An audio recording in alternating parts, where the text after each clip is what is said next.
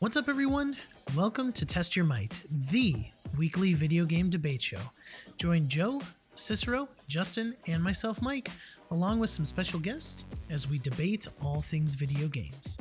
If you would like to support us, please share, subscribe, and leave a review. Now, enjoy the show. Hey everyone, just wanted to take a quick moment to apologize for the YouTube video. I'm still uploading the video regardless, but I had a lot of issues recording it with like encoding overloads. If you know about that, then you know my struggle there. So just wanted to apologize to the YouTube crew who does watch it on our channel. Thank you guys so much for putting up with it, and I'm going to make a personalized guarantee that it's not going to happen again. So thank you so much for your patience and your understanding. Now, enjoy Test Your Might. What's up, everybody, and welcome back to Test Your Might, the weekly video game debate show. My name is Mike, and I am with my co-host, Justin. How you doing today, Justin? Fantastic. Can't wait. We've got a special guest today, and go ahead and introduce him. I'm glad he's here today. Yeah, so listeners, I did promote this on social media and stuff like that, but we are doing a 2-episode crossover with our friends at the Infinity Bros podcast, and so we have none other than Isaac from the Infinity Bros. How you doing today, Isaac?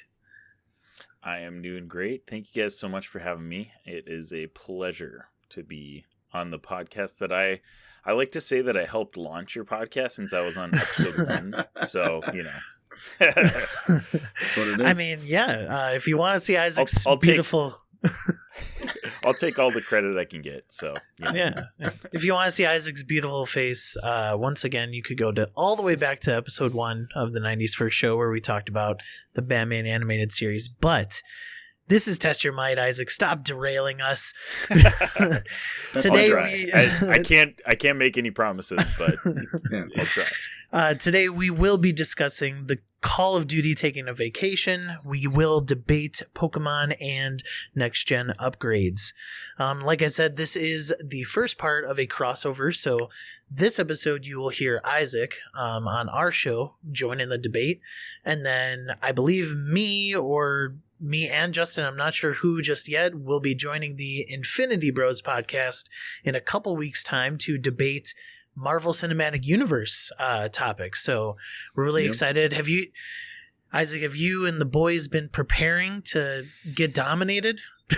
We've got a couple things up our sleeves, and let me tell you guys. I mean, I kind of mentioned previously that this is like a stretch out of my wheelhouse. I love video games. I love talking about them. I'm not an expert by any means of the imagination, but I would like to contend that we on the Infinity Bros podcast are pretty well versed in the Marvel Cinematic Universe. So I would agree. I'm excited for that one. That'll be a fun one to have you guys on for. I would agree 100%. We're really excited to join you over there. It'll be awesome. So, a moment of humility that I want to take. It's not in the outline, guys, but we here at Test Your Might and 90s First are so humbled from this past week. If you guys have not heard, Cicero was on Podcast Unlocked at IGN, and he shouted our podcast out. And so stats-wise and listeners-wise, we have had the craziest week that we've ever had. Our last Test Your Might episode is almost to 100 downloads. And it's just been a crazy week. So from the bottom of our hearts, thank you so much. We are truly humbled and honored for the week that we had.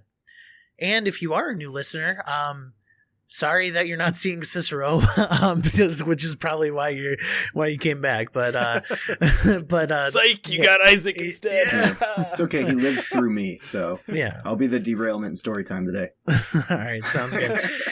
But yeah, if you are a new listener, we thank you so much for giving us your time out of your daily lives to listen to us and our shenanigans. And so, if you would be so kind to leave us a review on any podcatcher of choice that you guys use, that would be greatly appreciated. We have been telling you guys to leave a rating on Spotify, but the one thing that we failed to mention is that it is on mobile only. So go ahead and head over to the Spotify app, leave us a 5-star review, or rating rather, or whatever star rating you would like to leave us, and as well as sub to the YouTube channel. We are halfway to 100 subscribers to get that custom link.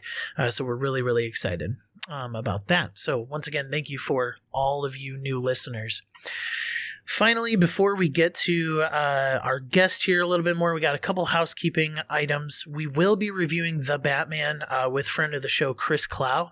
And so what I would like for you to do is take a moment to go check out our 2 recent YouTube videos. They are in the podcast feed as well, where we actually ranked the live-action Batman movies as well as the live-action Batman suits. So me and Justin did a couple videos, so go check those out.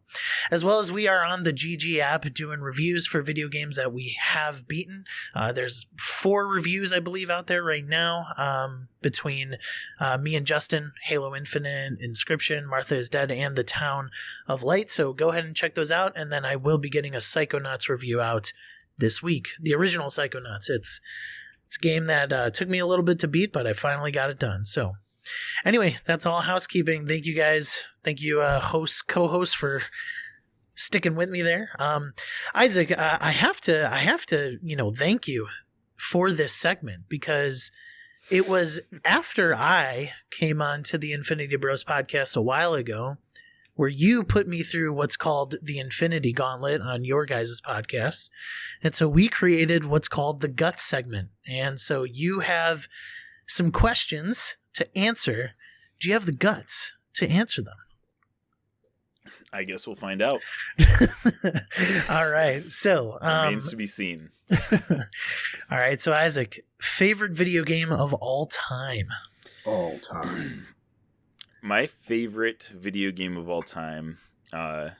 So this is maybe getting a little off topic. I'm already derailing you guys, but like I say I'm a filthy casual gamer. I've been gaming since I was like a little kid, but I started on PC. Didn't get a video game console until I hit a Wii in high school.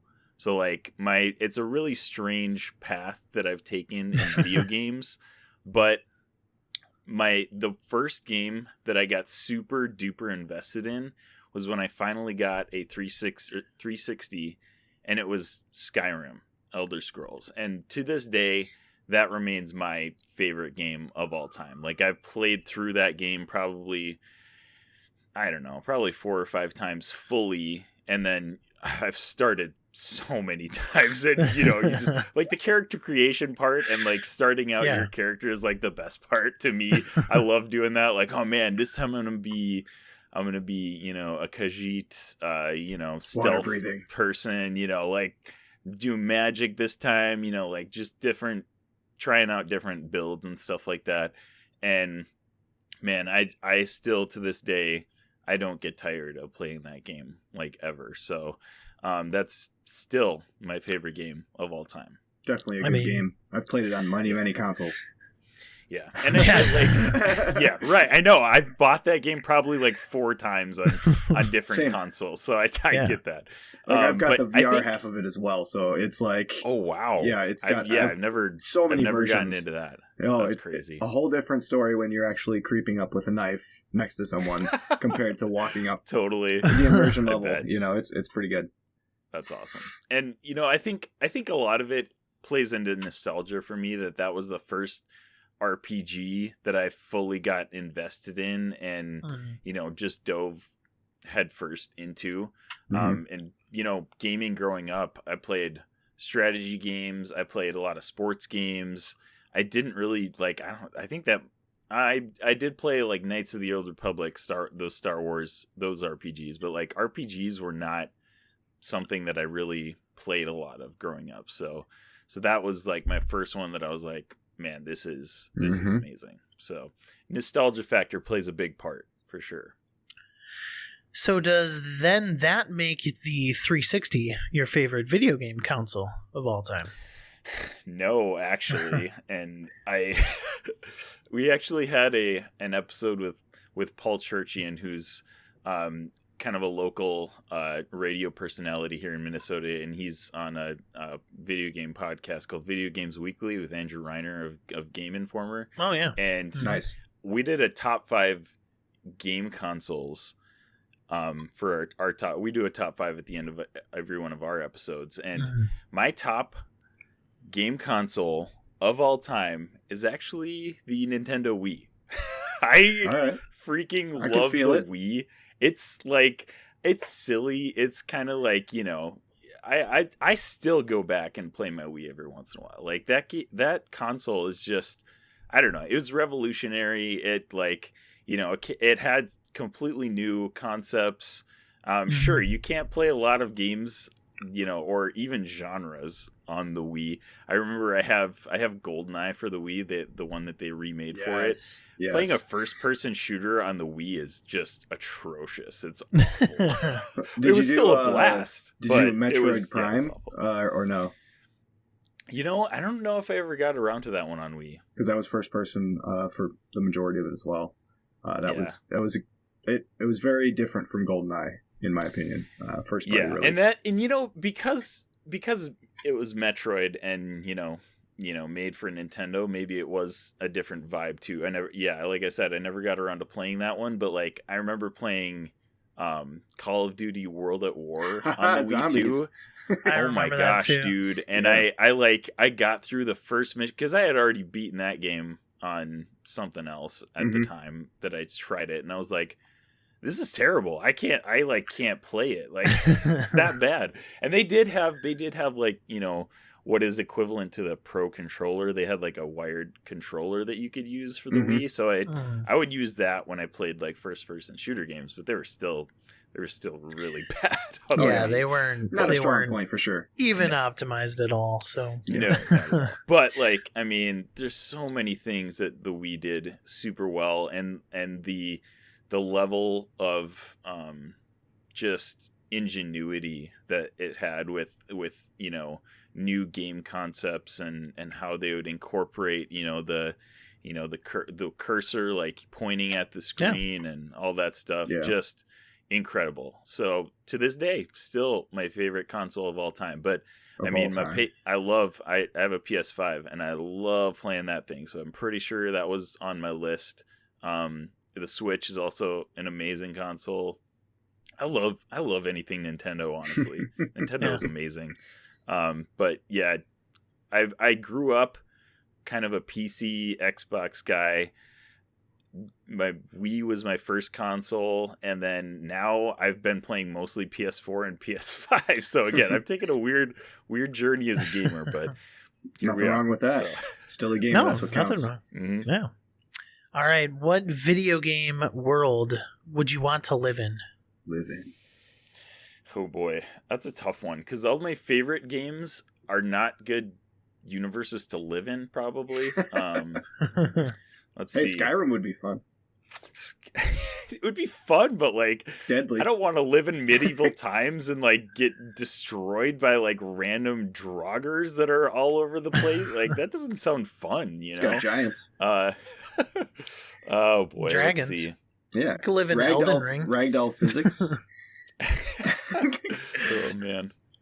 How about, and now like, it's got fishing, so that's a good word. How about like Overcooked? Like the most stressful thing is just getting your food out on time. Like that. Okay. That's it. I live that every that's day. Kind of crazy. I live that every day. Every day I go 9 to 5. Okay. Dude. It's like, gosh, all of my favorite strategy games too are like war strategy games. No, I wouldn't want to live in those universes either. You know, like that's way too much risk. I don't want to be that guy.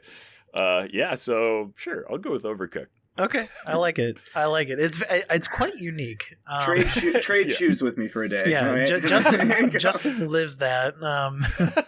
Then maybe I won't want it. Maybe I'll pick the war game after that. Then. He's a manager at a restaurant, so it will be a war game by the end of the day. Yeah, true. It turns into that. Yeah. Yeah. All right, last question for you. So Desert Island game series, you could choose one series. You do have access to the internet, but you can only take one series to this island. Boy. What series you choosing? Oh boy, man. That's a tough one. So I've listened to some of your other guys' episodes with this. So like you're saying this is one game series. I do have access to the internet, and I don't have access to any other games or game series, right? Nope. Just that This- series I'm playing to this. keep you I'm busy. playing this until yeah. I'm off this island. Yep, you're playing Game this series. I think, honestly, the more I think about this, the more I got to keep going back to Halo. I think Nice. there's a lot of replayability with the campaigns in all of those games, and sure, they had a couple campaigns that weren't as fun to play Mhm. through, but like I could play through the good ones a couple times and still enjoy them. And then if you have online access and multiplayer access, I mean, and I haven't been able to dip my toes into multiplayer in Halo Infinite, but the more I watch of it, the more I've really been enjoying it. So I think with the multiplayer aspect, you know, of being able to just go ahead and play that when I got sick of my single player campaigns, the best of both worlds, I guess. So Yeah. I think that would keep me happy until I was able to be rescued, I guess. So Yeah, that's a good one. I think Mikey used that as an option before. I used GTA, the series, because that's just GTA would be unlimited a good one possibilities. too. Well, that's right? what we were talking about. We were talking about developer. Like, what developer would we take? And Oh man, Oh yeah, Rockstar. Yeah, I was at Rockstar or Bungie, and Yeah, I said think Bungie. I think I Yeah, listened to that well. one. Yeah, that's right. But yeah, awesome, good choice. I'm actually very surprised you didn't choose the Spider-Man games. I think if you as far as just the I don't Like know, Desert does that count as Island. a series? Like I Yeah, guess if, I mean, if I would you're- have replayability? totally thrown in Spider-Man 2 for you, and then you have Miles Morales. Yeah.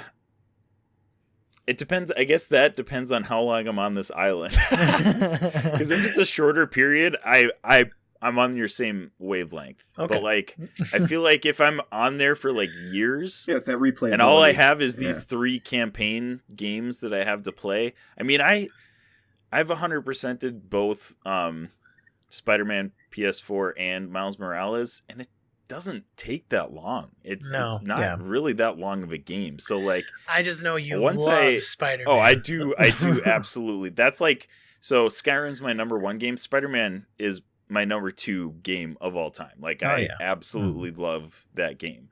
So, but yeah, the replayability is great, but it's just like playing through the campaign and then starting over and playing through the campaign again would probably get old pretty quick. I hear you. So at least I could switch it up with like multiplayer and campaigns with the Halo series. Yeah. So It's a good pick. For sure.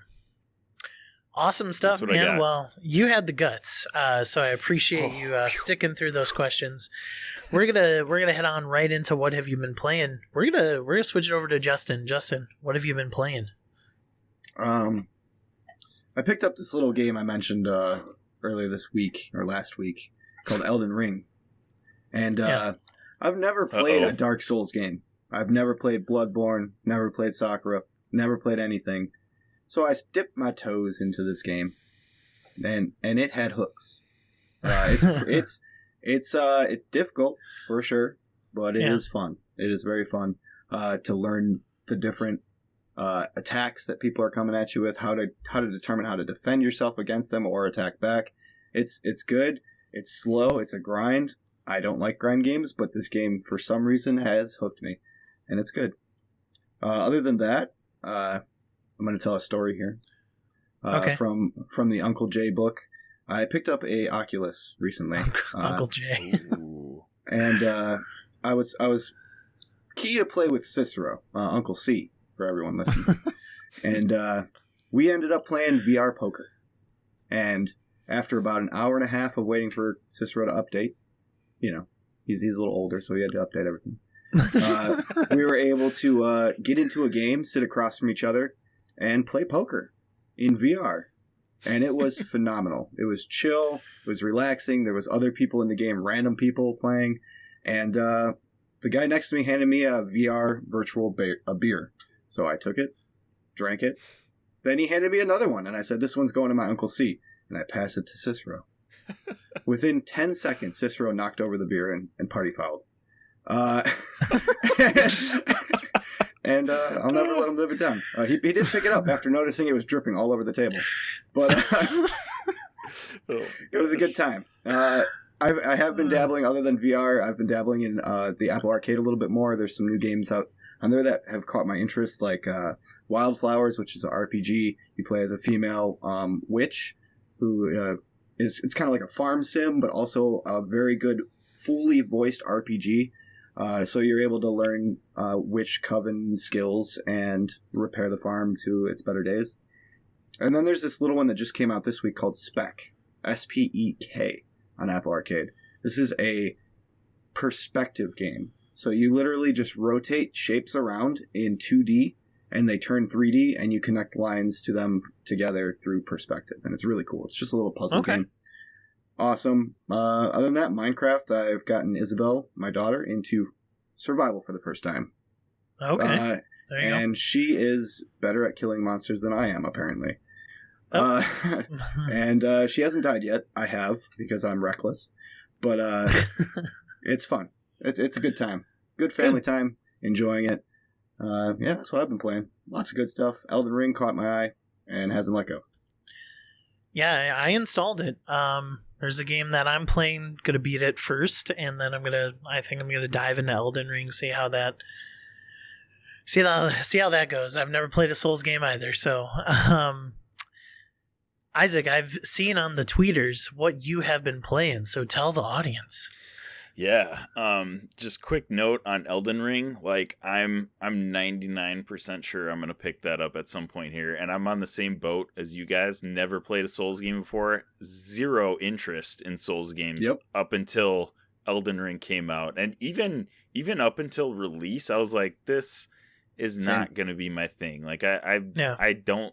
It doesn't even sound fun to me. Mm-hmm. But the more I watch of this game, the more I'm like, okay, I kind of think I could actually get into this. Yeah. So I'm like 99% sure I'm going to pick it up at some point. Yeah. One of the biggest things about it that really makes sense to me is it was created like an old school game where all the game is included and no microtransactions whatsoever. There's no pay to win. There's none of that stuff that you're transferring currency over to another type of currency in game. None of that. It's as it comes, you go, you play, you lose, you play, you lose, you play. That's it. And it's a lot of fun. A lot of learning, but it's fun. And I'm on the hype train, unfortunately. That's actually been part of the discourse that's happening on Twitter right now about Elden Ring, that like it didn't come out polished, because there's definitely some bugs and stuff like that, but it was the full package. Like, you pay $70 for the next gen version of it, $60, whatever. Mm-hmm. It's there. Like, it is all there. All the experience is there. Much like Breath of the Wild, which is what it's drawing comparisons to. So, Isaac, but what have you been playing? Okay, here's what I have been playing. I actually just finished Guardians of the Galaxy last night, and guys, let me tell you, this game was slept on so hard. Like, even by me, including me, because I just finished it, obviously, and it came out like 6 months ago or whatever now. But, man, this game is so stinking good. I think it was, like, underhyped leading up to it. Like, I think they released a couple trailers and stuff. Yeah, the marketing was off, that's for sure. Yeah, it wasn't, like, totally hyped up, and even the trailers that came out didn't really grab me. Like, they weren't amazing game trailers. Mm-hmm. So I kind of was just like, I'll get it when it's on sale and I'll play it, and I'm sure it'll be pretty fun. And I got it when it was on sale. And guys, I put a quick list together in my head. This is a top 5 game of all time for me. Of all time? Of all time. It is incredible. The story is fantastic. I absolutely adored the Guardians in this game. It really is. I'm gonna avoid like spoilery stuff, but if you guys like the Guardians of the Galaxy movies, this game takes kind of the basic personalities of each of those characters and gives them like so much character development, way more than you can get in like a 1.5 2 hour movie, way more. Really? And it's fantastic. Like, and if you're also, I mean, I'm obviously a nerd. I'm like got like a Marvel thing on, so I'm slightly biased when it comes to video like comic book, video games, movies, all that kind of stuff. But if you enjoy comic books, you will absolutely love this game. It is very like comic booky, hilarious. The interactions between characters is fantastic. And it was way more emotional than I was expecting it to be. Like I was expecting it to be funny because it's Guardians of the Galaxy, and that's kind of the, you know, the way that they've been writing these characters for the past like 10 plus years now. But it was very, very emotional. It was emotional roller coaster. I was like laughing out loud by myself in my room down here as I'm playing it. And then like 2 minutes later, I'm like almost like I got tears welling up in my eyes because the moments are so impactful. It's crazy. So highly recommend playing this game. And you can get it like totally on sale now. I think I got it like probably soon, isn't it? Yeah, I got it probably 3 months ago or something, and it's on all platforms, and like I got it for $30. I'm sure now you can probably get it for even cheaper. It is. I mean, it's hitting Game Pass this month. Oh, so yes. So then it's absolutely worth downloading and playing. It's a must play on Game Pass for sure. Yeah. So shout out to Uncle C for sure. He talked about it in the Mighties, our award show of last year, and I game share with Mike here, and I picked it up. So we have it ready to go. It's just that back catalog. It's downloaded. High praise everywhere we hear. So that's what matters. Incredible. And I say I am biased because like the video or the comic book aspect of it is really what like pushed it over the top for me. Like, man, they reference a lot of characters in the comics. They do some deep dives into some characters that we haven't really seen much of in live action, and it's awesome.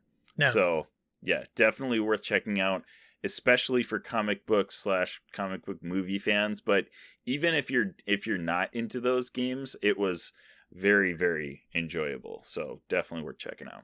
Yeah.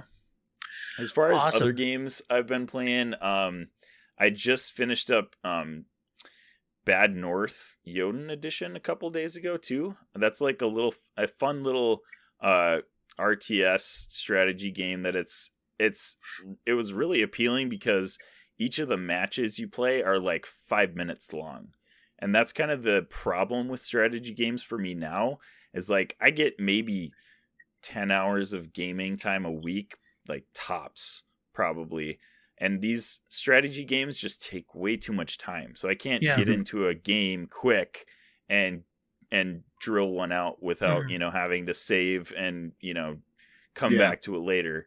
But this game was really fun because you could knock out these matches in 5 minutes and then you can just save it and, stop, go do something else, come back, do another quick match. It was really, really fun little, you just like advance, you start on an island, you got to defend all these islands from Viking hordes that are attacking you, and you got to defend them all the way to your base island. And it was really fun. And that one, I think it was free on Epic a while back is how I got it, but I think that one is also on Game Pass too. So that's it's a fun. That was a fun little game. If you're looking for just a quick kind of like almost like mobile-y. Yeah, it looks like, kind of mobile. Like if you would enjoy quick mobile games, like this would be a fun one to knock out. And if you like, strategy type stuff. So I finished that one the other day and that was really fun. So I think other than that, always playing a couple hours of Fortnite a week, just for funsies with the people that are still into it. There we go. Guys, I still enjoy Fortnite, but same. The skin game is just on, like, I can't I can't stop playing Fortnite because their skin game is so The metaverse. fire. Like it's wild. Like I don't understand how Fortnite acquires all these licenses to do this. It's incredible. No It's epic. idea, but it's epic. It's epic. But yeah, I got back in. I played back in the day, and then I got back in when Bobo was dropped, and haven't gotten up from it.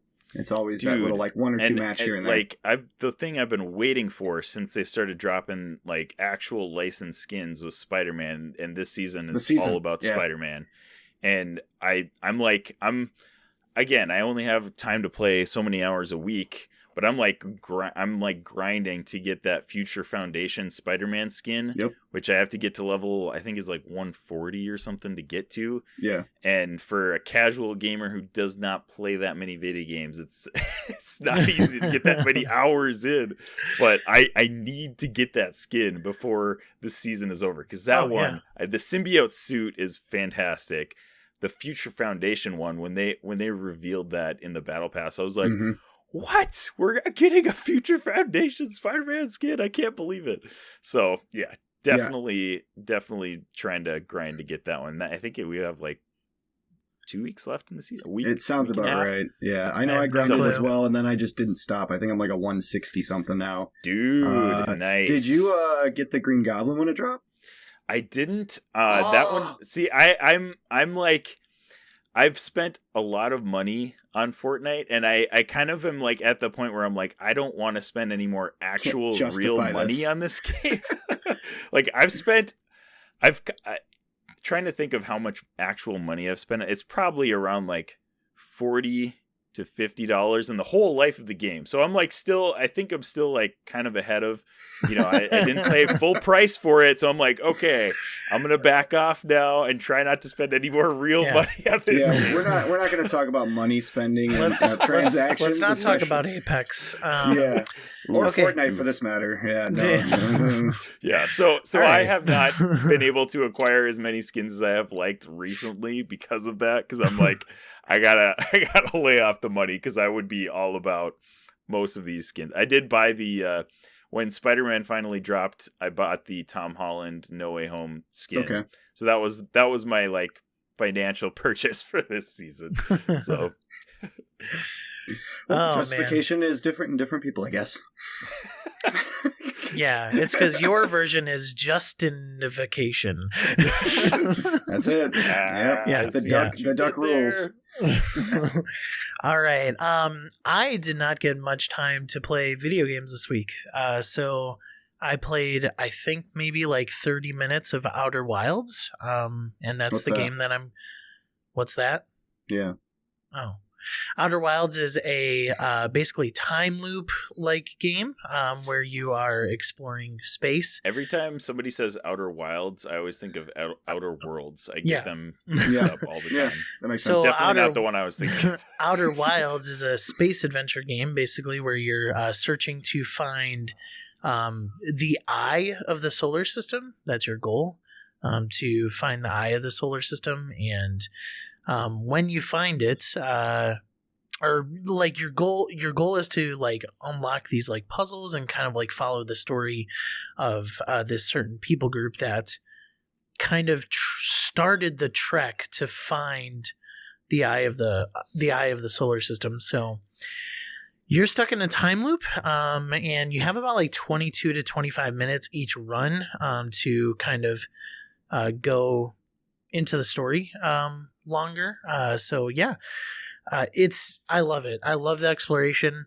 Playing on my Series X on my TV is amazing as well because it has the auto HDR function. So everything just looks so crisp and so clean, and the colors are just bright. Like, this is one of the most beautiful games that I've ever seen, and it's like I think it's 2016 or something like that, and it just looks phenomenal. So the one thing about Outer Wilds that you have to get over is the flying mechanics, and if you do that, I promise it's an awesome exploration game. Flying mechanics were really hard, so they are not. I mean, I would say that they're intuitive, but they weren't intuitive for my brain, because my brain thinks of flying in video games like just pressing a button and just like going, Where this is up like and down. you actually have to do stuff like to fly properly and land properly and not kill yourself. And I mean, even though if you do kill yourself, it's like not the end of the world. Like you just wake up again and you start another run. But still, it's amazing. Every time I play the game, I get so excited to go back into space because of how gorgeous it is and explore the planets that you drop on, and all of them have their different quirks. And I have found I'm on a planet right now that has tornadoes, and it is that's in Fortnite. It is full circle. Literally. All right. Yeah, that's that game that won that award in the UK. I remember. I think Cicero and I talked about it a while back. Yeah. We love Outer Wilds on Test Your Might. So, anyway, let's get into some of the news from this past week. Guys, this one's a head scratcher.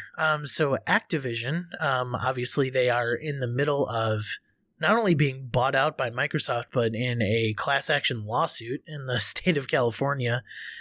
But this is kind of ridiculous. It's a head scratcher. Activision actually ended up in a recent article blaming the buyout by Microsoft for not being able to comply with a rule set by California that they had 3 years to comply with. And this rule is that they needed to get 3 women on their board of directors because you have to have at least 3 women.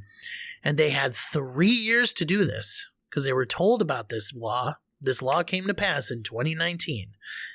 They had 3 years to do this. And they're blaming Microsoft and their buyout specifically, which, by the way, guys, their talks to purchase happened in November of 2021. So Isaac, what are your thoughts on this? It's just kind of bonkers. I mean, time travel. Honestly, this doesn't really surprise me with how Activision has been run.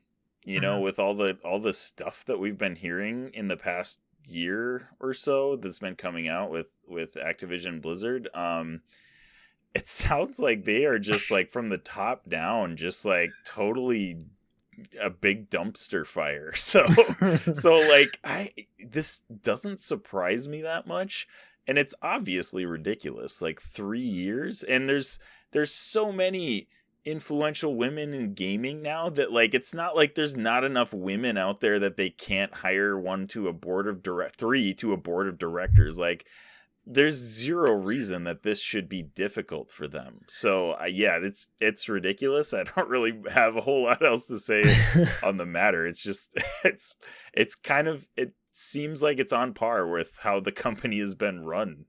Yeah. So Justin, thoughts? 3 years is not enough time. Activision needed more time.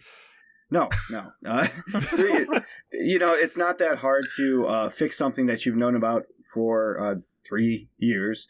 But also, blaming it on someone else. We've seen this a lot recently of I made a boo-boo and I don't want to take the blame for it, so I'm going to point the finger.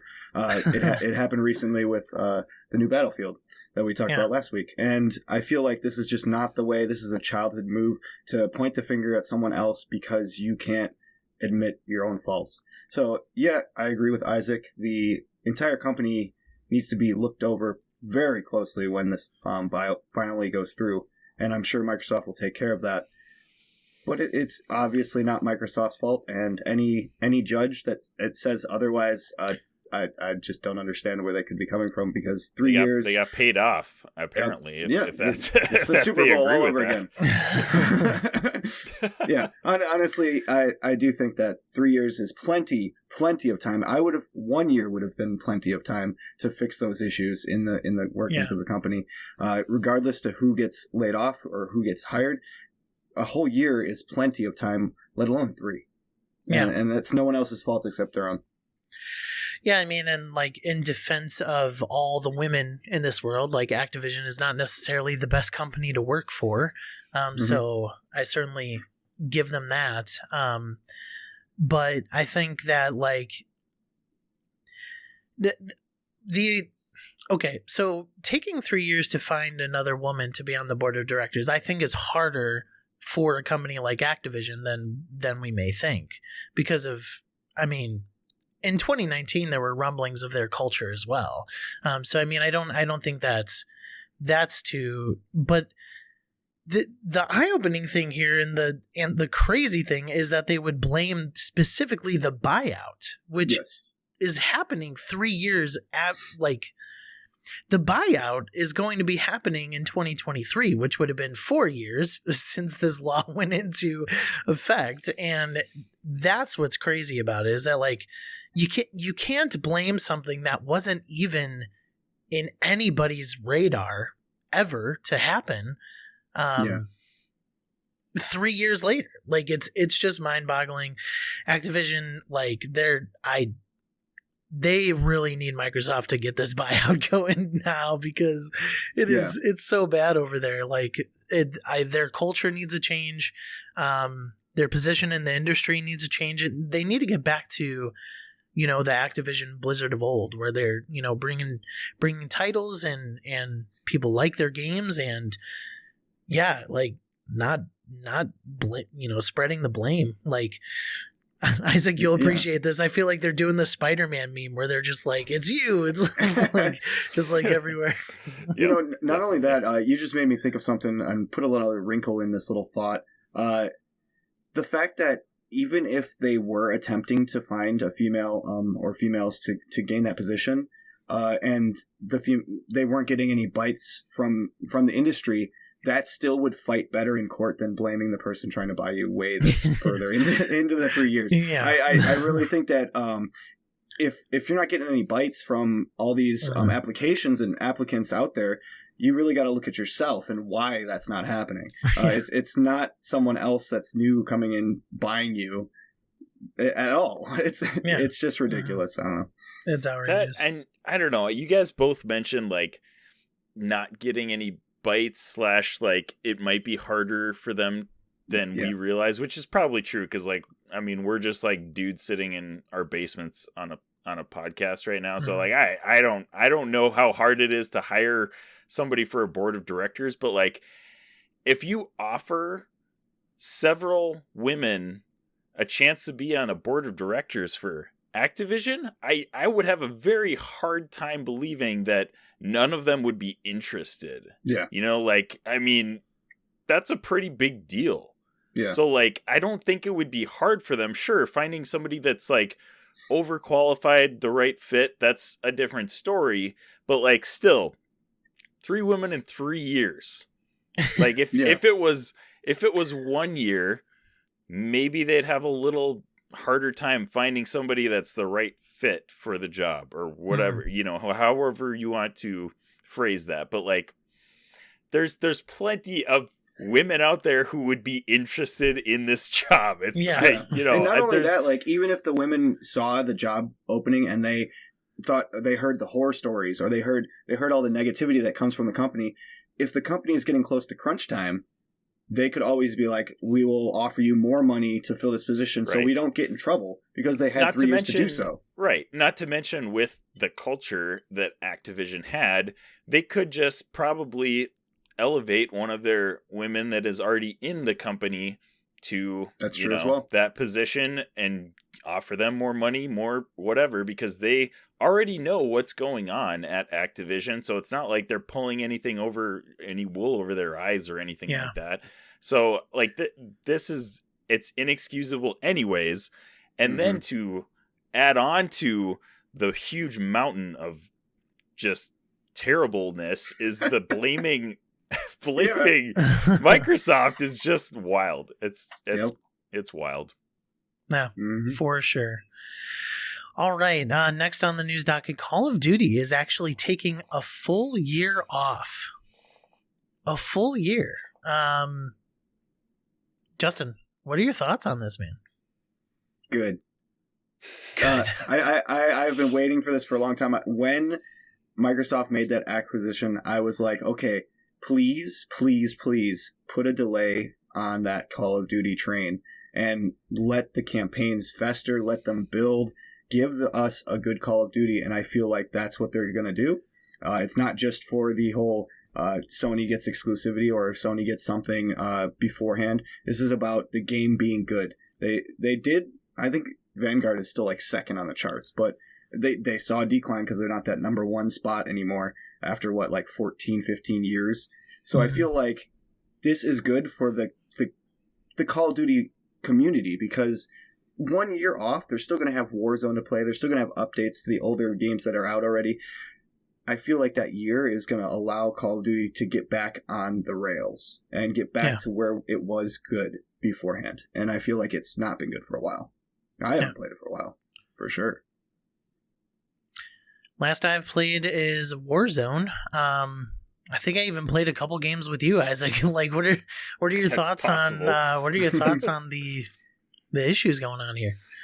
I am completely with Justin here. Like, they need to do something to kind of revive this franchise, because sure, the hardcore Call of Duty people are going to get, anything that comes out from them, but I mean, I think they've lost the general public's interest at this point. It certainly lost me quite a while back. I mean, Warzone did get me back into it for a while. And even then, though, I didn't buy the current, Call of Duty to play Warzone. I wasn't really interested in buying the current Call of Duty. I just downloaded the Warzone, installation and just played Warzone. And, I'd still do that because I think that's pretty fun to, get on and play with your friends and stuff like that. But I have zero interest in buying a Call of Duty game right now. Yeah. So they need to take a break, kind of like reset, see what is going to get the public back into Call of Duty again. And, maybe a year or two break could help them do that. Yeah, I agree with you guys wholeheartedly. A full year break is going to give them, I think, I wouldn't say ample, because I mean, game development is hard. I don't know the first thing that goes into game development, but I'm assuming that it's just extremely hard. But it will give them the right time, I believe, to create their vision. And if you think about kind of like the schedule of how they've been developing, like this should be Treyarch's game coming up, because Infinity Ward is bringing out Modern Warfare 2 this year. Mm-hmm. So with that being said, Treyarch just made they made Cold War, and Sledgehammer made Vanguard. So Treyarch has been developing their next game since when Cold War came out, basically. So if they take another year off, Cold War was 2020, I believe. If they take another year off, we're looking at potentially a 4-year game development cycle for Treyarch, and they've never seen an extra year. Never seen an extra year. They've always been at 3 years. And so I think this would be phenomenal, especially, and Justin, you will probably agree with me, Treyarch, in my opinion, puts out the best Call of Duties. They just do. Like they have the best zombie modes. They have some of the best multiplayer that anybody has ever seen in Call of Duty. They created Blackout. Blackout was a really fun battle royale that I played all the time with Justin until Apex came out. So I mean, like, this is good news, and this is big news that Call of Duty is taking a year off. So yeah, anything else on that?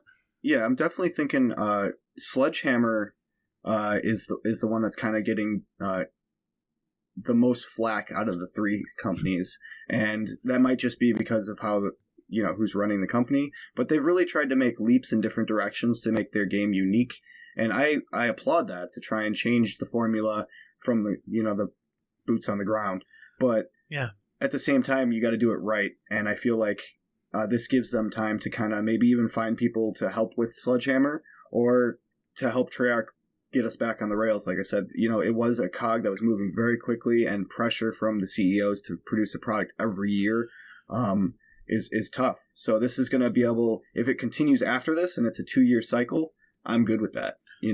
Give them those extra years and get them going back on track for fans. And that's what matters most. Yeah. Especially as Isaac said, like, there is also Warzone. Like, there's going to be plenty of cash flow coming in from Warzone to help these studios as well. So I don't think it's too big of an issue to take a year off. So no, not at all.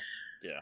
Test your might. All right. That means it is time for Test Your Might. Isaac, do you like to debate? Like, have you? No, you don't. Okay. So no, I'm terrible at debating. This is why I was a little this. nervous about being on here with you guys today. No, this is what's going to make it fun. I can talk about stuff till I'm blue in the face, but then when it comes to like going up against another person, I don't know. Yeah. We'll see what happens. It's all right. Well, Justin, do you might have a clear win here, but you never know. Does Isaac have an infinity gauntlet on him? Like, does he have an infinity gauntlet around him somewhere? Because if he just goes like this, I'll just I'll vanish. It'll be good. There you go. You just gave one of those away for your end of the year podcast, your awards podcast. So you used to have one, but now you don't. Or he has 7, and we don't know. He's got 6 stones in the Infinity Brothers. So actually, full disclosure, I don't even think we posted on social media, but the person that won it, we just received that Infinity Gauntlet now, so that's going to be sent out in the next couple weeks here. So, awesome, cool, yeah, nice. Mm-hmm. Well, and plus, I mean, Loki just. He basically said Infinity Stones, don't matter anymore. So yeah, because anyway, that's the new MCU for you. Okay. Anyway, we're gonna get into the debate, and since Isaac, you are a guest, you're gonna have the decision. You get to give the debate over to Justin first, or you can start. So, with the announcement of Pokemon Violet and Scarlet. What is one thing the games need to add to shake up the somewhat stale formula? And so, do you want to go first or second? I'm gonna go first with this one. I'm gonna step out and take a risk here. There you go. Okay, so I will put a disclaimer here. I'm actually I love Pokemon, first gen and second gen a little bit. And then after that, I kind of dropped off, and same. I have not been playing any of the current games. I enjoy Pokemon still. Got into Pokemon Go when that was really big, 5+ years ago now.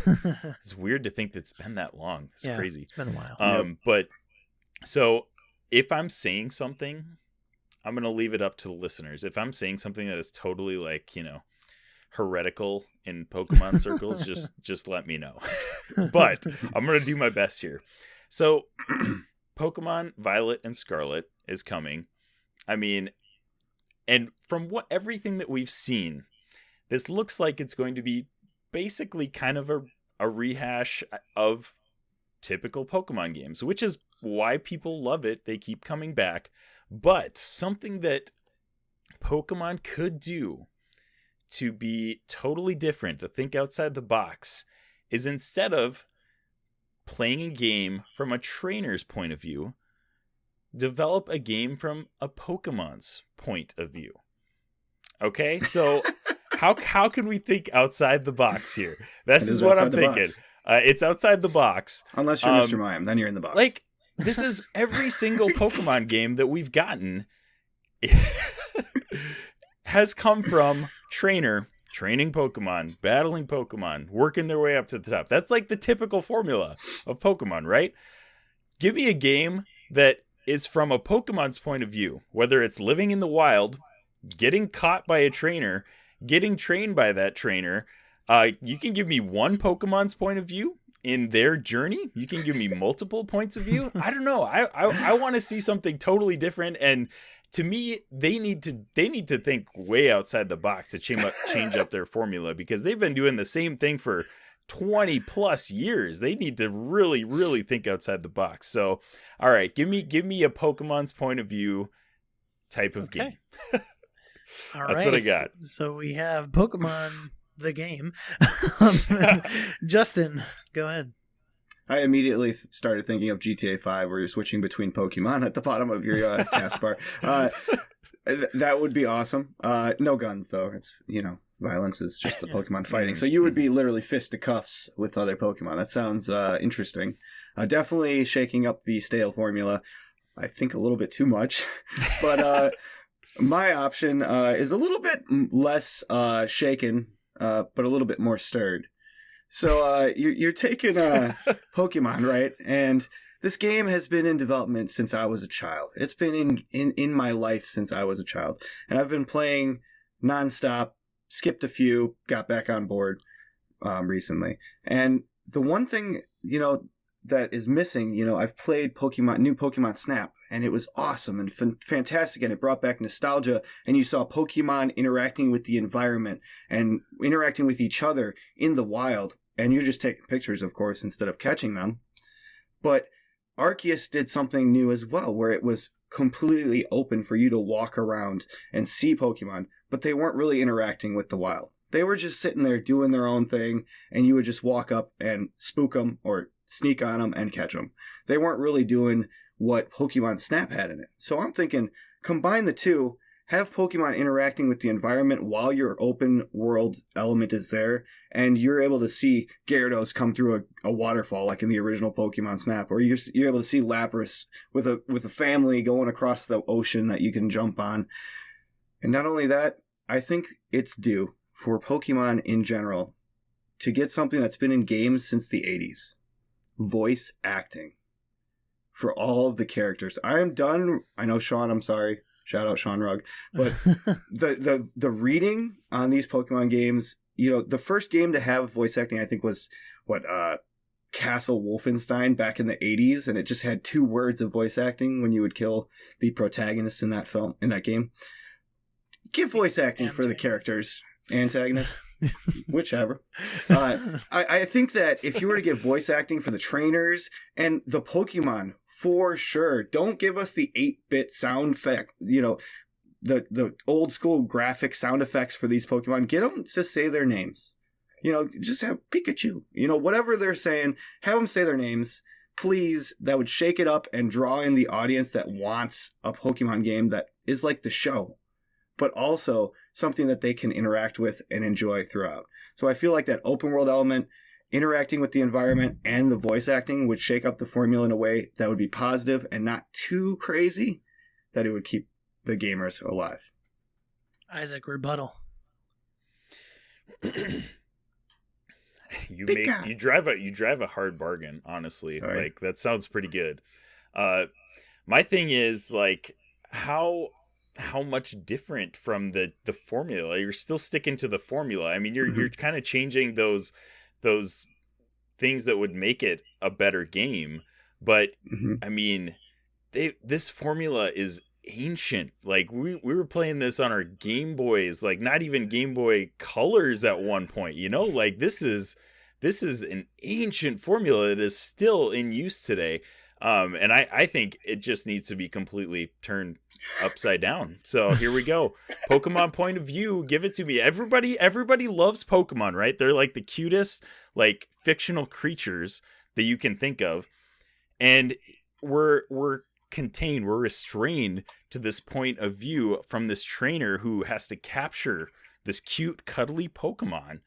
And it's, number one, it's like, for some trainers, it's like inhumane because they're like treating them as, just terrible. Like they're treating them as not pets. They're treating them as animals to be battled. So, I think a complete 180 change has got to take place to really get people head scratching and thinking about what Pokemon really are.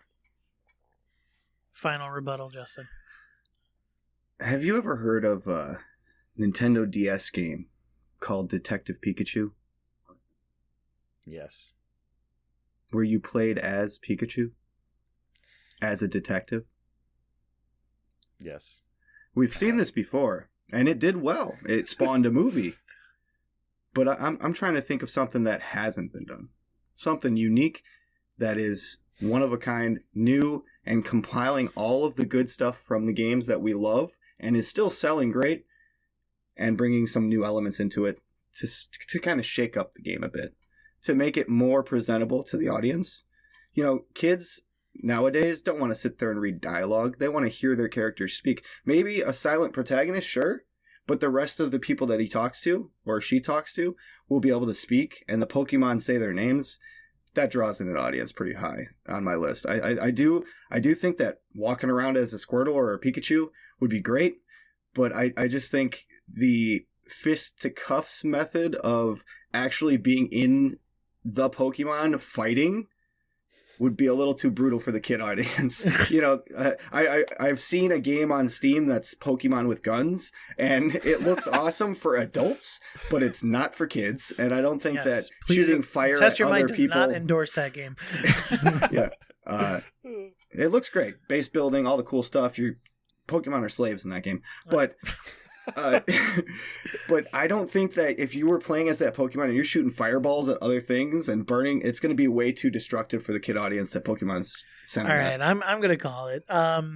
Isaac, I'm sorry, he's got you on a couple points. I like don't even disagree. Like I didn't even want to make that rebuttal because literally everything you were saying, I was like, I want that too. So I would play that. But it's the name of the game. You got to rebut.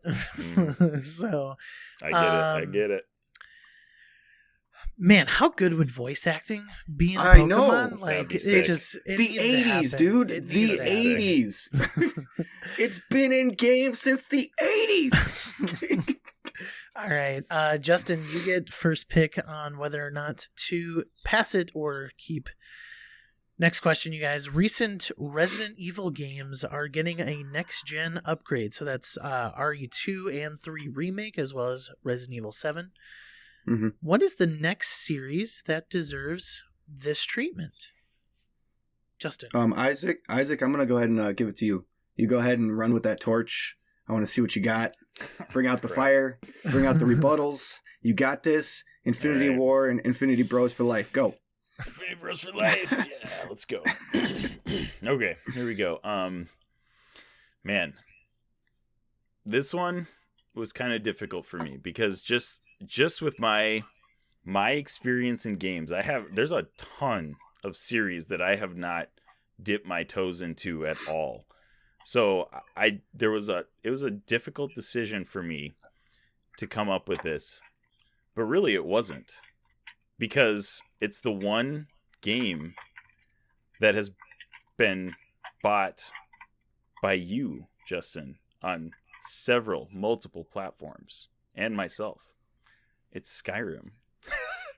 We need Skyrim to come to PS5 and Xbox Series X so we can buy it for the 6th time. Like 8th? The 8th time. Yeah, sure. Yeah, 8th time. We need this game because it is legendary and it needs to come back. I don't even really have much else to say on it. Like it's the no-brainer of all the games that need a next-gen upgrade. It's the one that we need. It's not the one that we want right now, but it's the one that we need. So there you go. All right. Is there a white flag I can throw? Because, no. I have beaten that game too many times, but I always love another session to go in and see some new stuff. GTA is coming back again, and I've 100%ed it twice, and I'm ready to go again. But I'm thinking of something for the future, okay? I'm thinking of something that's not going to be another port, another remake on the console that we've played over and over and is kind of getting stale. I'm getting something that's coming out in the near future, maybe the next 2 years, maybe the next year if we're lucky. And I'm talking about the Fable franchise. Let's get these fans that haven't played Fable or don't even know what it is other than a trailer with a pixie and a frog. The game that we grew up with, the games that we enjoyed, the morality stories of these children fighting for towns and conquering whatever enemies come their way. I feel like if we were to get the 3 original Fable games remastered and revamped for next gen, not only would that serve a purpose of getting the word out to the public of what Fable is, but it would also be a great marketing tool to lead into the new Fable coming. So I feel like that would be a great pick for Microsoft in general to revamp the series that's been kind of stale and still did get an upgrade a little bit, but not what we should get. Isaac, feel free to add the other Elder Scrolls. Hint, hint. Yeah. Oh, yeah. Oblivion, we please. can throw them in there too, but Skyrim is really the only one we need. So, hey, I like Oblivion a lot. All right, Oblivion's great. Rebuttal, Isaac. Okay. I really actually enjoy the Fable games as well. So I do agree with you. But here's the thing. Mm-hmm. What is going to make the most money for these large companies that are, I mean, really, when it comes down to it, that's what they're searching for. They're looking for the next big title, the next big remake, the next big whatever that is going to put more cash in their pockets. And if specifically, I mean, we just mentioned like, hey, remake, remaster, even those earlier games too, then you can get some new, fresh takes if you want them. And hey, then you can go back to Skyrim if you don't want those fresh takes, or you know, if you want to go back to what you've always wanted. And that's what's going to make the money, though. Like, again, we could just say Skyrim, but I'll throw the Elder Scrolls games in there just for kicks and giggles. If you want the money, you go to Skyrim, because that's where everybody's going to repurchase that game again. But you know what? I applaud you on the Fable. That was a good pull. I like that decision. But that's where the money's at, is at Skyrim. I agree with you that people will rebuy what they've rebought 8 times for myself and 6 times for you again. But in regards to the question, it's not about what makes money. It's about what deserves it. And Fable deserves to be rebooted up to where it's at. It deserves that treatment that Resident Evil is getting, because it is a long lost treasure that they're even making a new one of that lost its audience. Skyrim has its audience and hasn't let go of me or anyone else since it came out, even on the Samsung fridge. It's been on everything. And I do think that it's a great pick for me to play another 200 hours in, enjoying every moment of it. But it doesn't deserve it as much as the Fable franchise does. It's a long lost treasure that really deserves another look with newer eyes. And I think that with newer eyes and with that great power comes great responsibility. Ooh. You hit me where it hurts with that last. I'm going to give you a final rebuttal, Isaac. A final rebuttal. Oh boy. I'm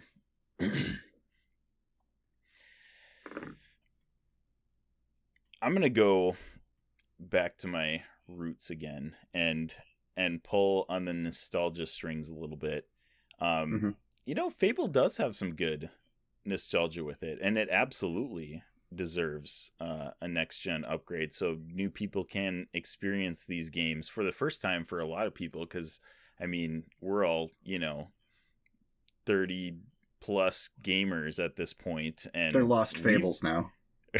Yeah, we've experienced those games, and, I mean, this new generation probably hasn't even, I mean, they've maybe gotten a little whiff of Fable 3 when that was, kind of still hanging around, but it would be fun to experience that again.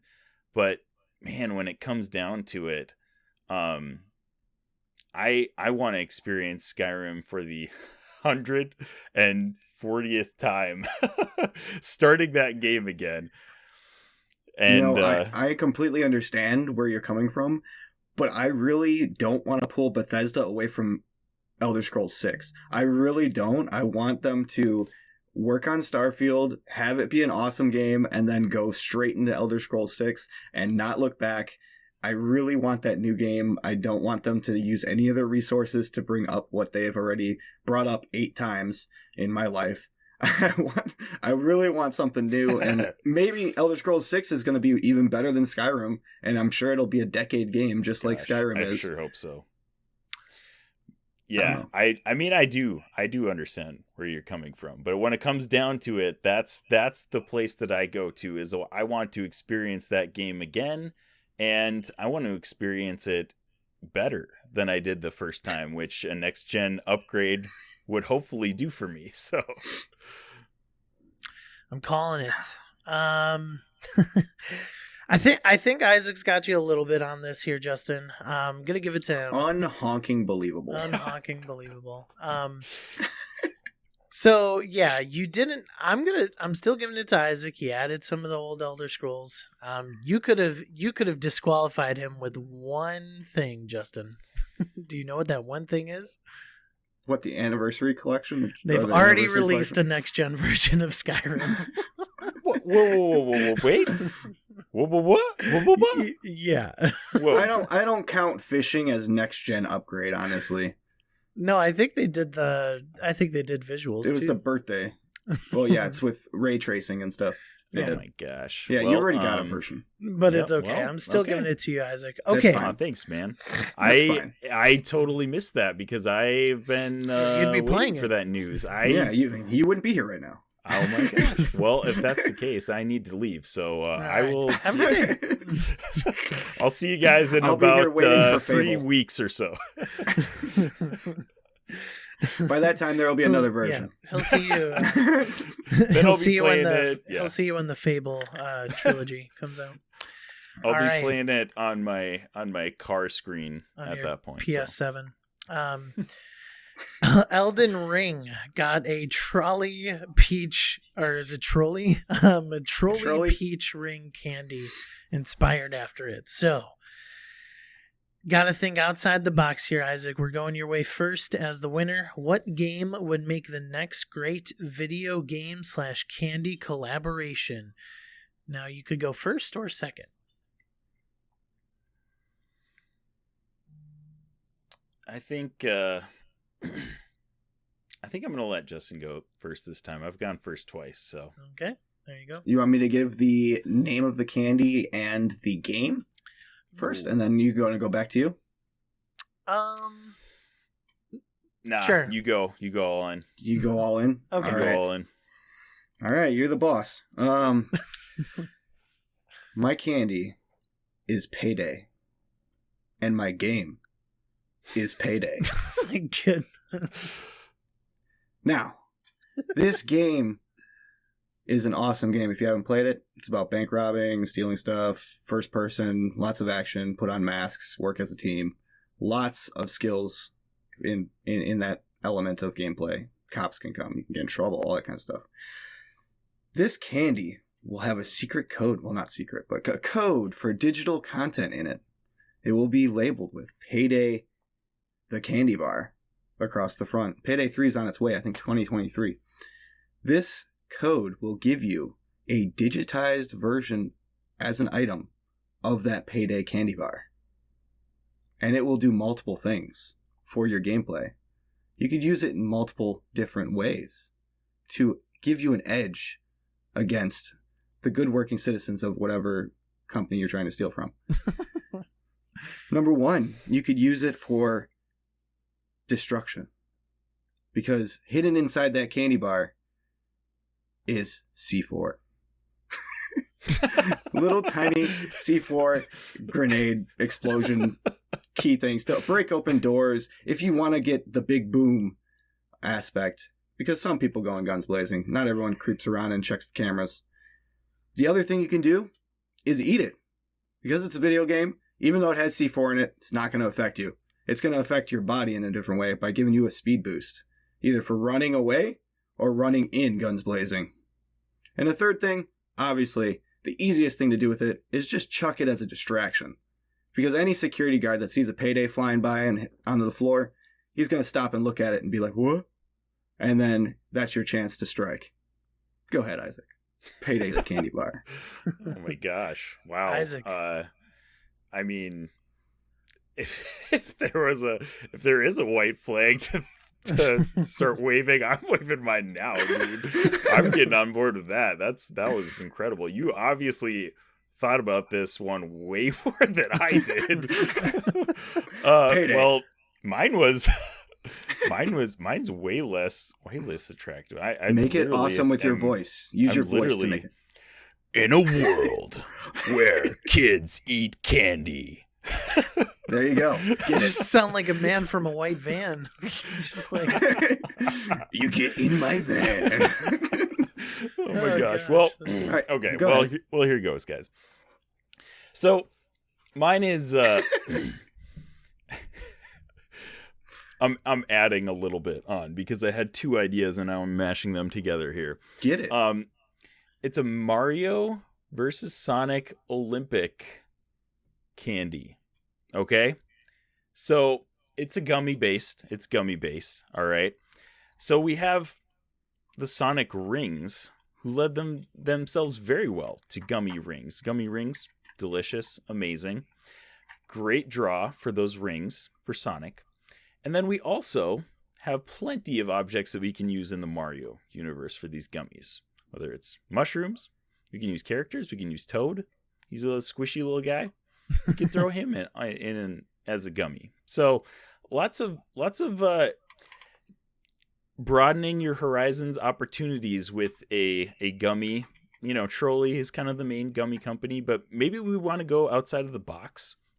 Maybe we want to reach out to Haribo and, you know, get them to expand beyond just gummy bears and just do some different things with their new line of Mario versus Sonic Olympics edition gummies. all right. That's what Justin, I got, guys. Rebuttal. Why is his worse than yours? You know, Mario is extremely marketable. And Mario has been in candy for a long, long time, including gummies. Sonic, on the other hand, not as much, but still in gummies. Not a Mario and Sonic collaboration for the Olympics, which is unique. But in a world where you want candy, would you rather go with a gummy, or would you rather go with the Payday?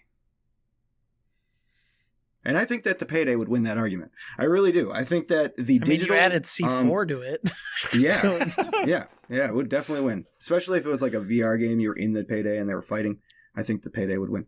But I think that the Payday digital presence, so you were able to get some kind of content outside of the candy itself, like a lot of companies do, whether it be a drink company or a candy company or a chip company, you always have these collaborations that give you in-game content, whether it be Call of Duty with Double XP or Monster with Apex. You have these collaborations that give you some kind of longer lasting effect than that candy itself. So I feel like, yes, Mario and Sonic, the Olympic Games would be great for that limited time you eat it.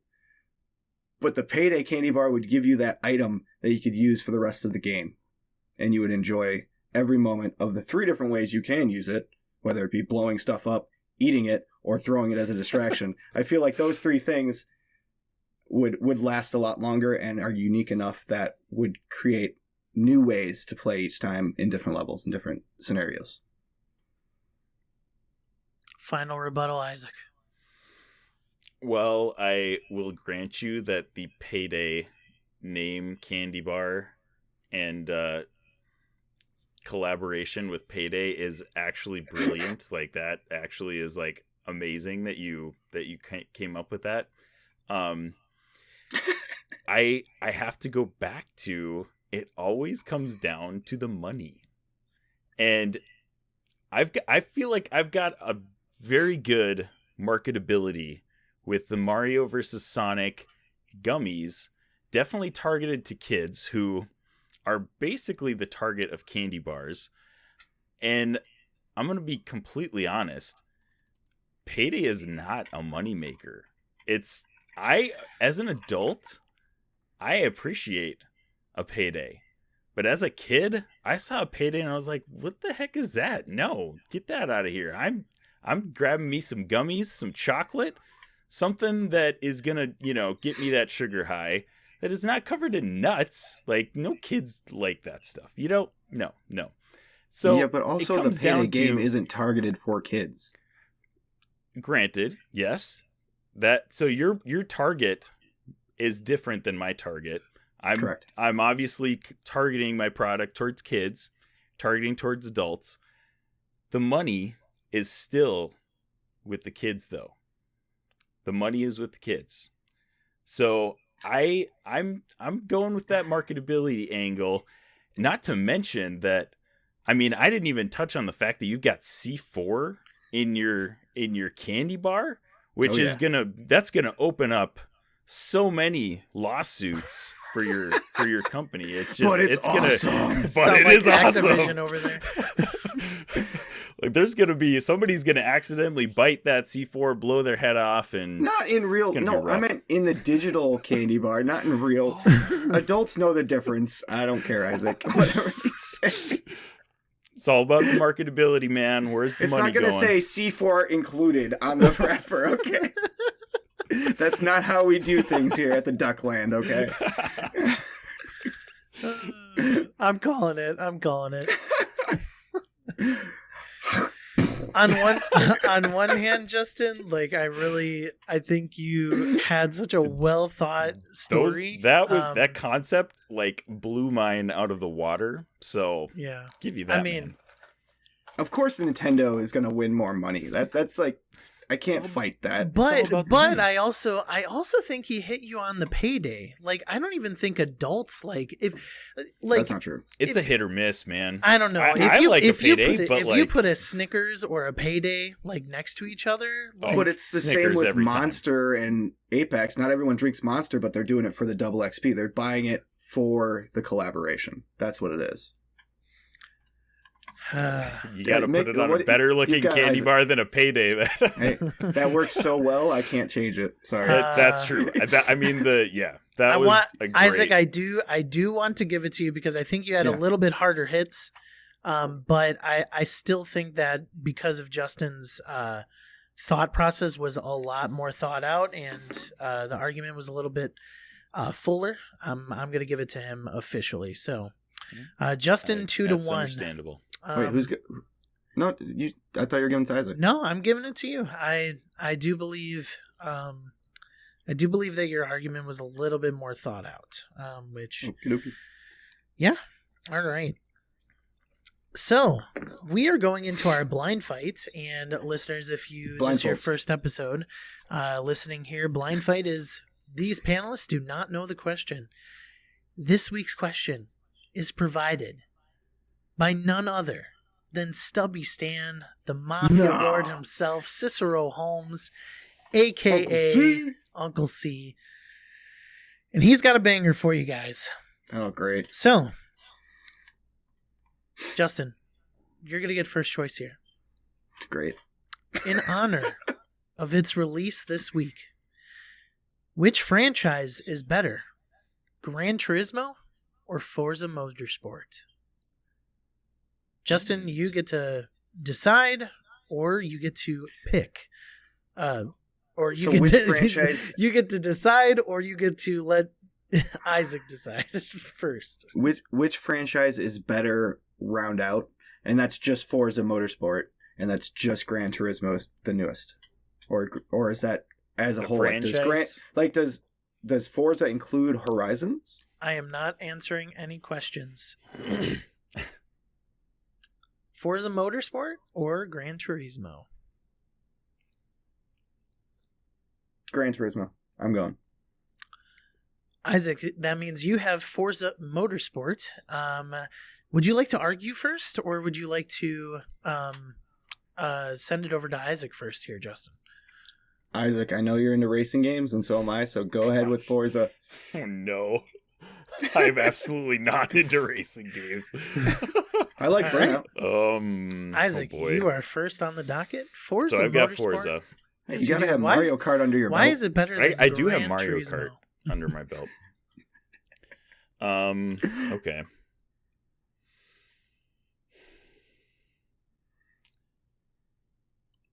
All right.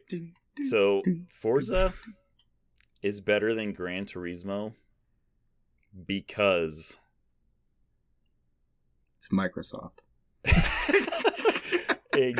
No, I'm just kidding. this is okay. I'm going to make this argument from somebody who has played very little of both of these franchises. Forza looks better.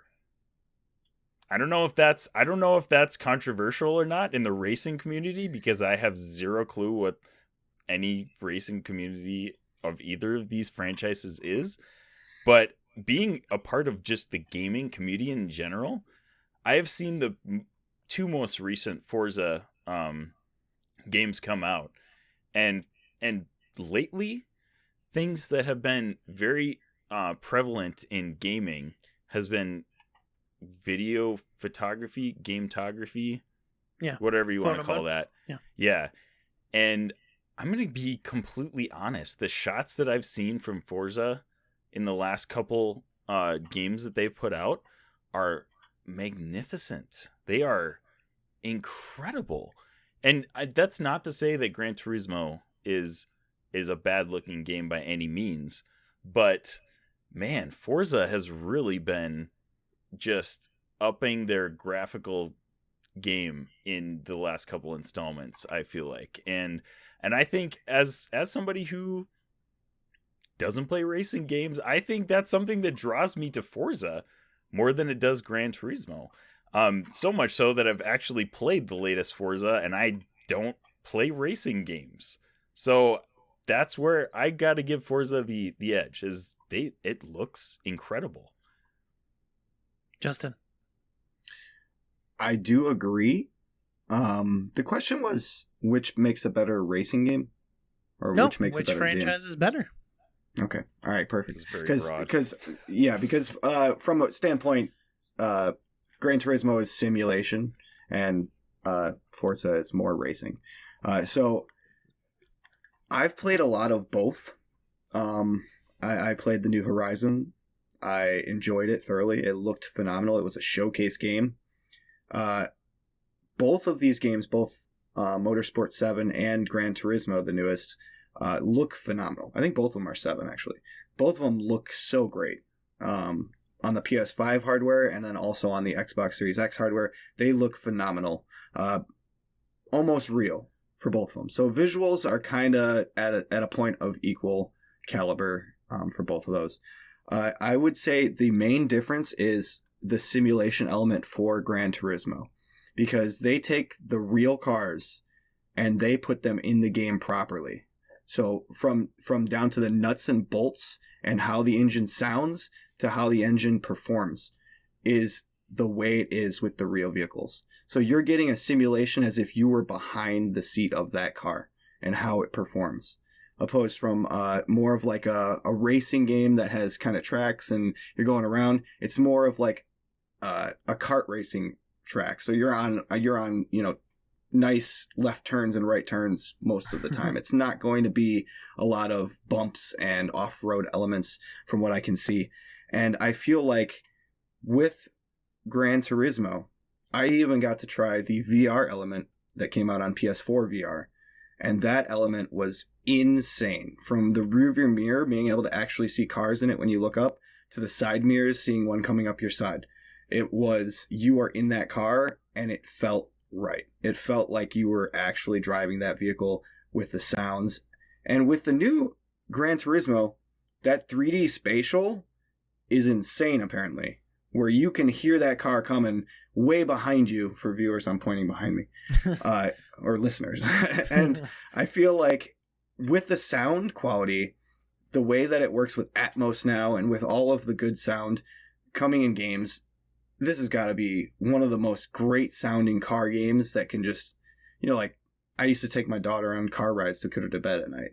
I feel like I could set her in front of this game and play the audio and it would put her to sleep. I feel like it would do the same by just the sounds alone if you've watched trailers for these games.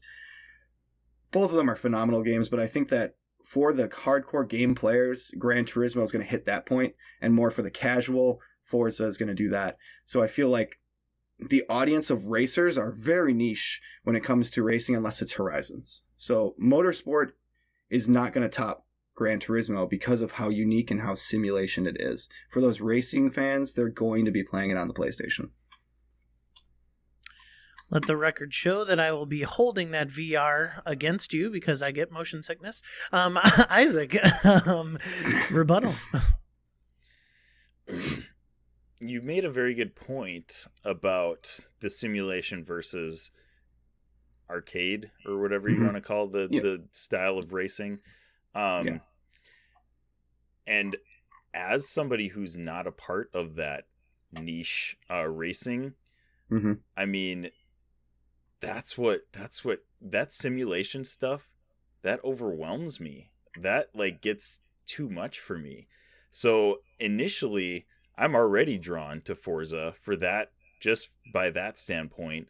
And as the average consumer, I do realize that, you know, we're talking two different communities here, average consumer versus the niche community. As the average consumer, I mean, I feel like I can enjoy these Forza games a little bit more than I would the simulation unless I dove straight into the other niche community of the actual racing, you know, simulation type style. So where I'm coming from, those Forza games are definitely more appealing and not, you know, overwhelming to me. So that's what I'll say in rebuttal. You know, from what I've been reading, a lot of the visuals are pretty spot on. Gran Turismo has support for high dynamic range. And other than that, it's like pretty close. From what I read about Gran Turismo, it's real-time ray tracing, which is pretty insane. Like even Horizon did not have that real-time element. The hardware in the PS5 must be insane to be able to do that. One thing I did read about Forza was they added customizable drivers. Mike, you won finally. They've got customizable racers for these cars, but we're not focused on the cars over at the racers over at Gran Turismo. We're focused on the cars. That's the difference, really. Like Isaac said, you know, for the hardcore racer, they're going to Gran Turismo, and for the casual, they're going to Forza.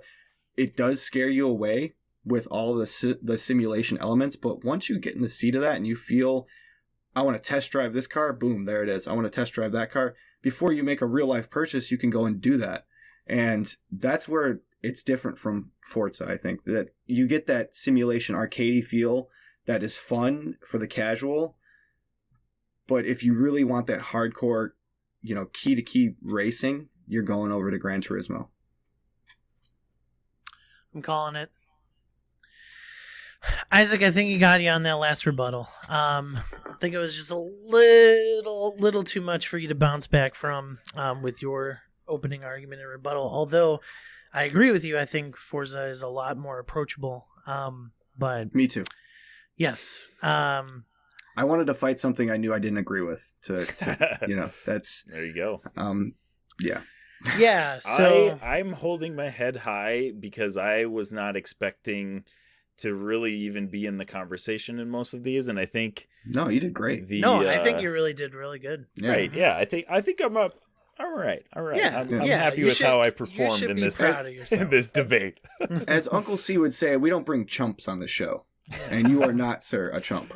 You are a podcaster. No, you did win a debate, and you were very close to winning that last one. To your push credit, us to a though, tie. Justin, So. I mean, I feel like I probably could have put up better arguments if your initial points had not been so well thought out. Like you put up some amazing initial arguments that were kind of hard to counter, honestly. So nice work.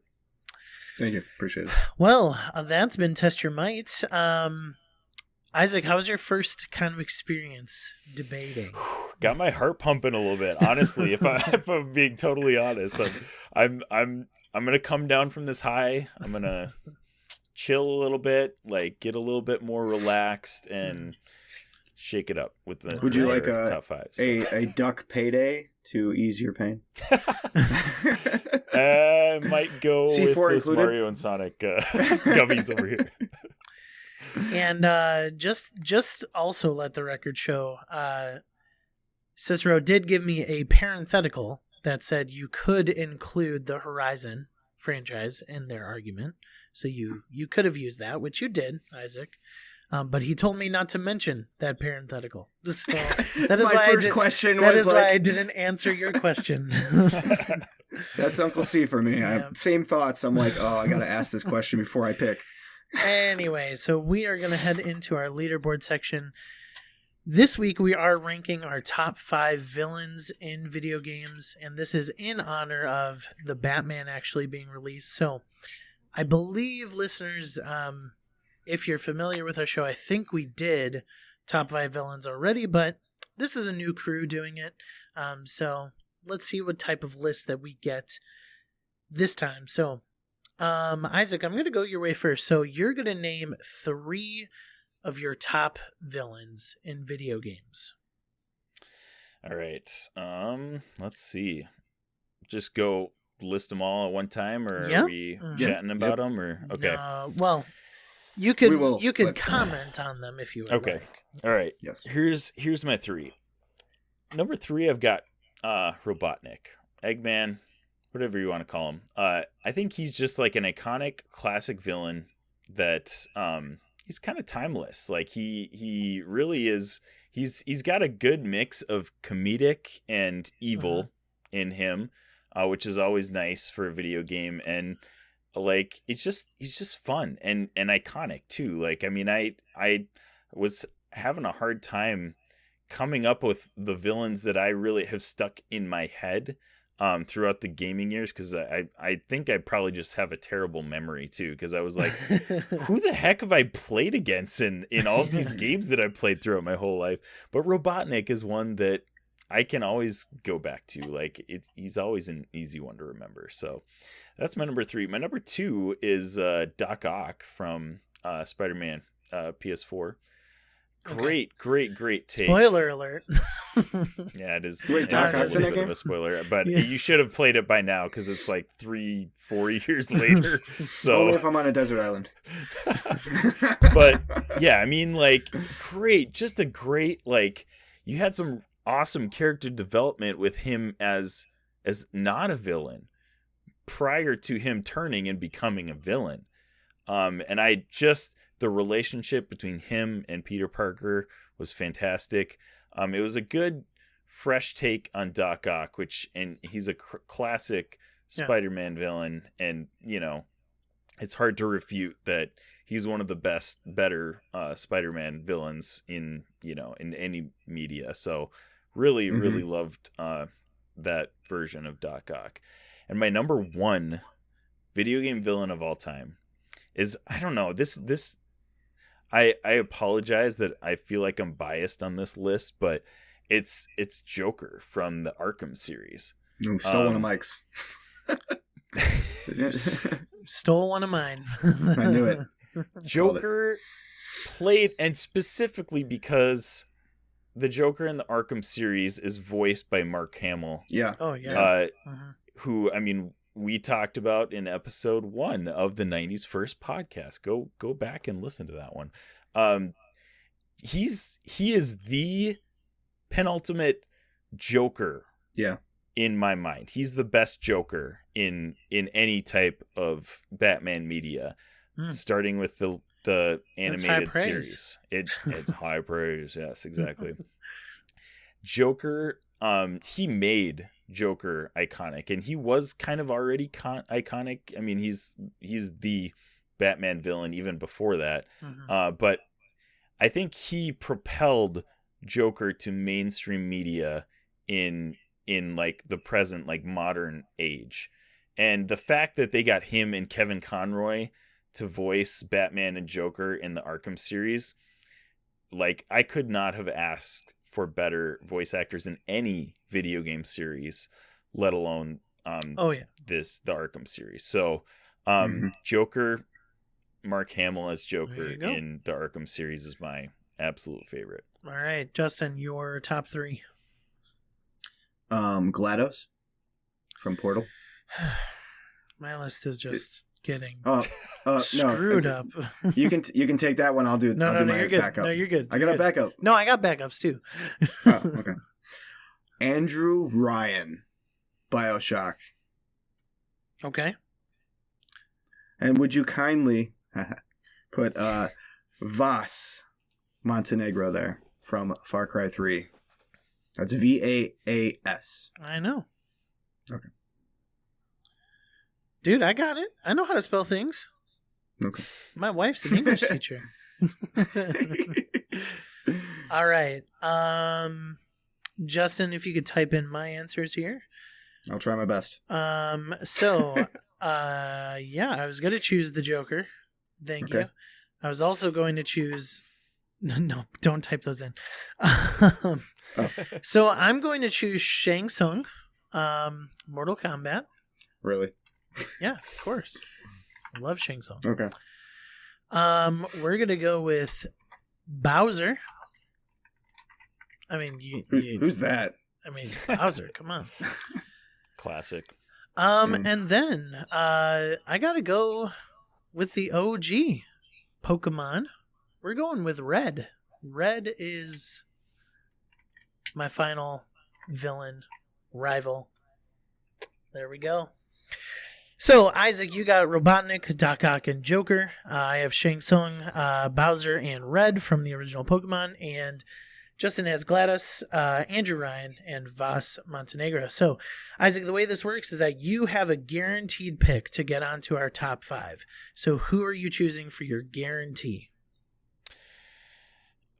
So this is, let's see. Yeah, I'm definitely going with Joker. I mean, it's definitely hard to pick anybody but him. So we'll go Joker for my top. All right, Joker is a guarantee. Oh, we got 2 people typing in the document.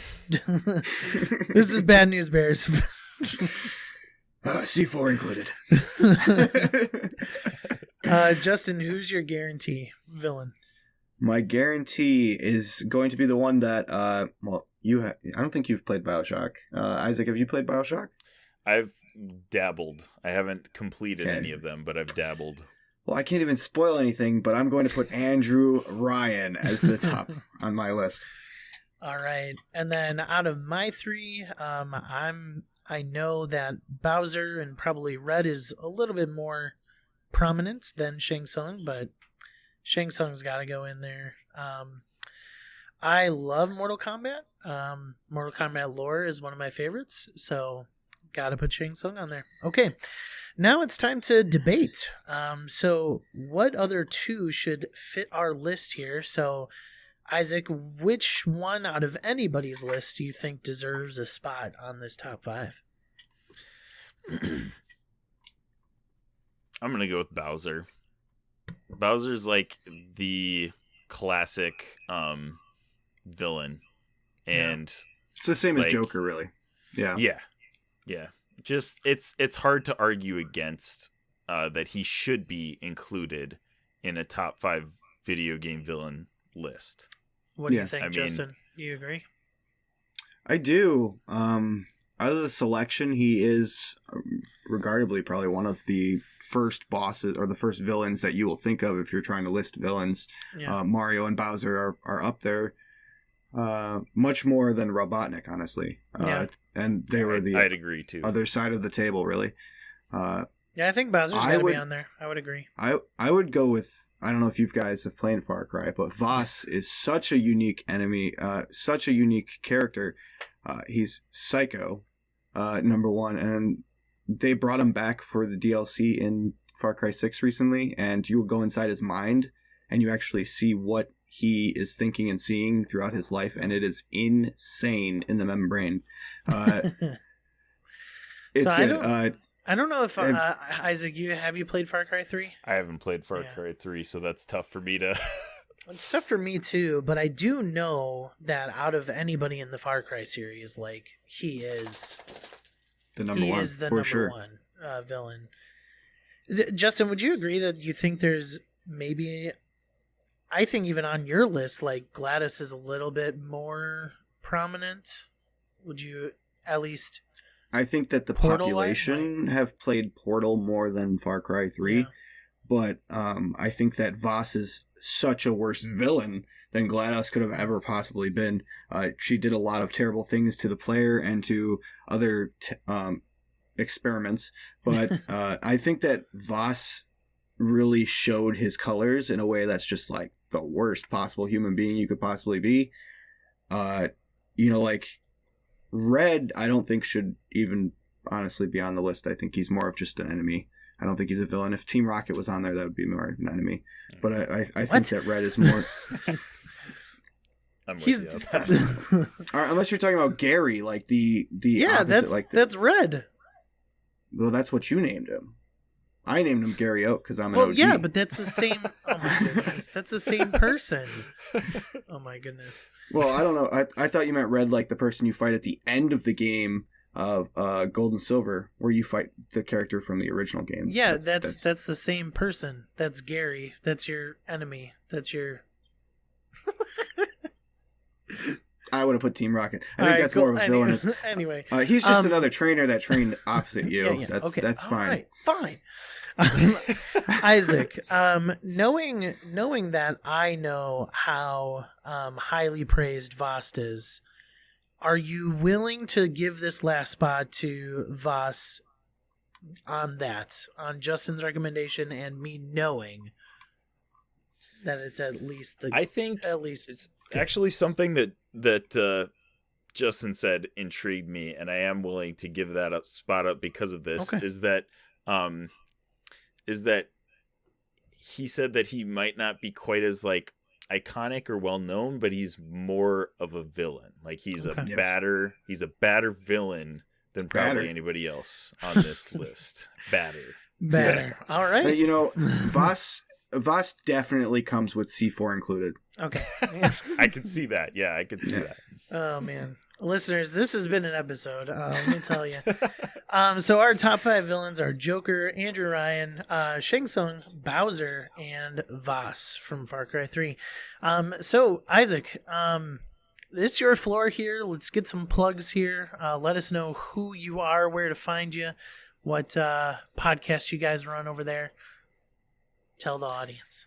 All right. My name is Isaac Edlund, and I am a co-host of the Infinity Bros podcast. You can find us on any major podcast platform. You can check out theinfinitybros.com to check out all our links. Our latest episode is our spoiler review of The Batman that is up right now. So you can go check that out anywhere. We also stream on Twitch 4 times a week, usually... I think it's Monday, Tuesday, Wednesday nights, and Thursday mornings. And we'd love to have anybody come and hang out with us and talk nerdy. So, yeah, the Infinity Bros are like 6 bros that have come together to create kind of some awesome Twitch content as well as superhero and pop culture podcasting. So definitely go hit them up. Their links will be down in the description. This has been Test Your Mind number 65. Wow, I can't believe we got 65 episodes of this out. We're going strong. Thank you so much for listening to us. Remember, leave a review if you can. Take a little bit of time to do that. It's free, and it certainly helps us out. Would greatly appreciate it. As well as if you're on the YouTube watching us, please hit that subscribe button and hit the like button and the bell notification. Is that all of them? I think so. Without further to say, my name is Mike. That is Justin. That is our guest, Isaac. This has been Test Your Might 65. We'll talk to you later. Bye.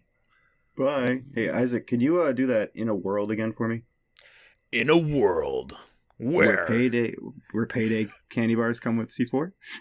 Oh my goodness, you guys are ridiculous. Love it. Bye. Sounds like we got the makings of an ad here, I think. Yeah, we got this.